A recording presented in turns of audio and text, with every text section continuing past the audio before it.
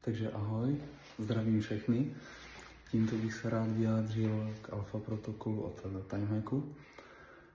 Já jsem měl ze začátku celkem výhodu v tom, že některé body vlastně z alfa protokolu jsem už dřív dělal, ale měl jsem v tom takový chaos, nepořádek, nebylo to uspořádaný, ne všechno jsem taky vždy dodržoval.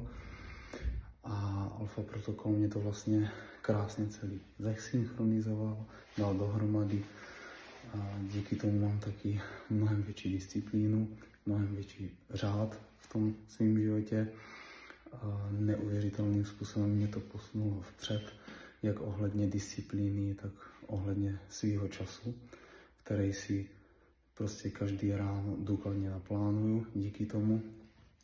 A ten rozdíl oproti normálnímu dní a když si dám ráno alfa protokol, tak je absolutně nepopsatelný a každému doporučuji s tím začít. Každý, kdo nechce mrhat svým časem a kdo chce svůj čas a svůj život využít naplno, tak vám to můžu jedině doporučit. Takže všichni nabíhejte, dodržujte to a uvidíte, že ten rozdíl se dostaví neuvěřitelným způsobem rychle.